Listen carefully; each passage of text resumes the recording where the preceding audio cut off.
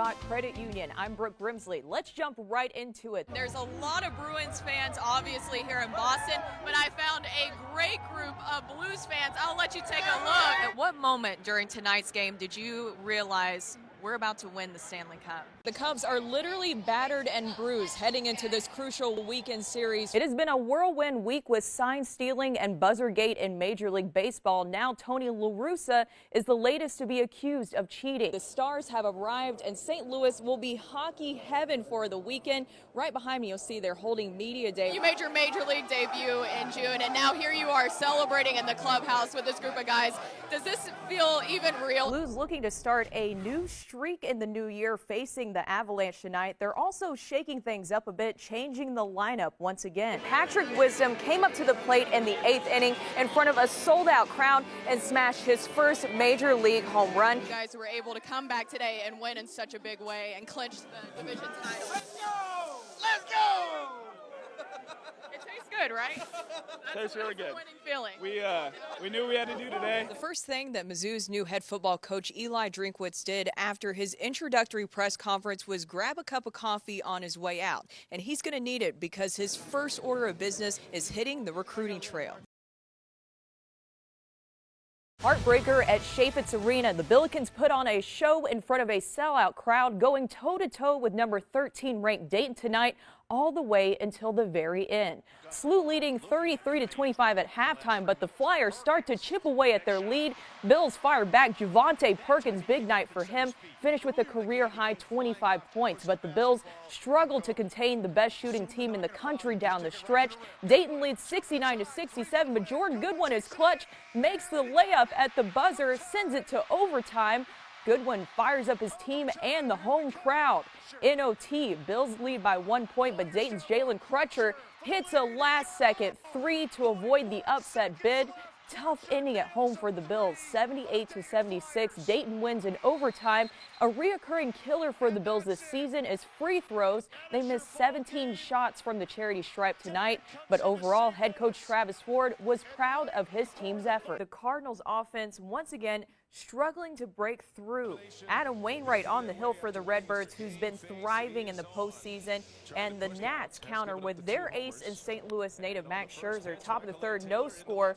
Waino to Michael Taylor, and Taylor's hit goes deep to left field, way over Marcell Ozuna, and that's a solo bomb, gives the Nats the lead. The Cardinals bats held nearly silent again today because of this guy, Mad Max, striking out Paul DeJong right here. It's been an incredible showing for Scherzer and Wainwright in today's game. This is just the third game in postseason history where both starters had 10-plus strikeouts. Final score in this one, 3-1 Nationals. Waino, classy as always in his post-game comments. Well, the Blues rounding out their first road trip of the season in Montreal tonight. Second period here, Canadiens lead 2-1. Sammy Blais with the rebound and the nice backhand to tie it at 2. Still in the second period, Braden Shen has been phenomenal and continues.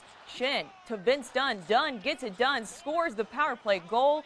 The Blues take the lead, but they can't hold on to it. Canadiens tie it up and score 3 more in this one. 6-3 Montreal ends the Blues' 3-game winning streak. The Blues will face the Islanders tomorrow at noon. Well, it was homecoming in Columbia. The Tigers hosting Ole Miss. Slow-moving game on both sides, but the Tigers break through in the second. Third quarter here, 12-7 MIZZOU, and Larry Roundtree takes it to the house, and it is a 42-yard touchdown, 21-7 MIZZOU at that point. Still in the third, Bryant finds Dawson Downing.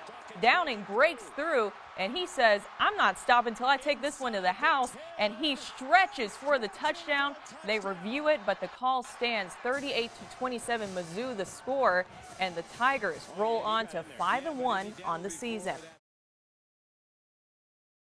Maurice, outside of practicing, spring training for Paul Goldschmidt is about building a rapport with his teammates. He spent most of today around Matt Carpenter, and Goldie says that he enjoys picking his brain about baseball. I'm trying to learn as much as I can. I think that's the best way, is those conversations. I just watch him hit and, hey, what were you trying to do here? What would you do against this pitcher? And that's what I'll probably try to do all spring training, is just learn and try to share maybe knowledge I've had. Goldschmidt has always enjoyed observing his teammates and absorbing their advice. I've tried to do that my whole career with teammates I've had. New guys get traded over, or sign a free agent or whatever, and now I got a whole new group of guys. So definitely just I think the biggest thing is conversation, learn from them, maybe try it on my own, something that I hadn't heard from before, and see if I can apply it to my game and try to improve and get better. While Goldschmidt is the focus of spring training and this Cardinals team, the six-time All-Star is focused on being a good teammate. It's not about me, it's about this team, and when you have that, it just takes a lot of the distractions out of it. While Goldschmidt and other position players are already out here in Jupiter, Florida practicing, they do not have to report until Sunday. Back to you, Marie. Like you said, I'm right outside TD Garden. There's a lot of Bruins fans, obviously, here in Boston, but I found a great group of Blues fans. I'll let you take a look. These guys are absolutely excited. They came all the way from Missouri to cheer on the Boston Bruins. I asked them if they even knew each other, and they said they didn't. And they actually all just came together because they're Blues fans. They're here cheering on the Blues tonight. Some of them said they have tickets, some of them don't.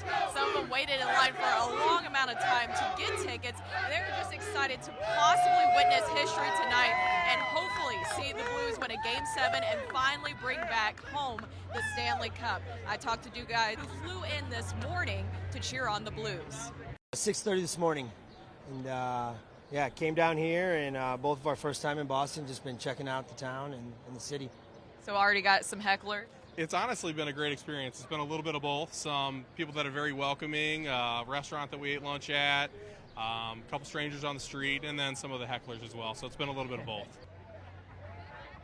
Well, these fans were not the only ones that flew into Boston today to watch Game 7. Blues defenseman Joel Edmondson actually said that he had some of his family members coming in today, except for one family member who's kind of a bad luck charm. They were coming. My brother stayed back because he thinks he's bad luck. He's been bad luck throughout the series, so he stayed back, and he's taking one for the team. So I got my parents coming. All right, I feel pretty good right now because I'm surrounded by a lot of Blues fans. We're all wearing blue, ready to cheer on the Blues tonight. A loud Blues environment here, surrounded by Bruins fans. They're excited. I'm excited. Steve, I'm going to send it back to you at Enterprise Center with even more Blues fans. Back to you, Steve.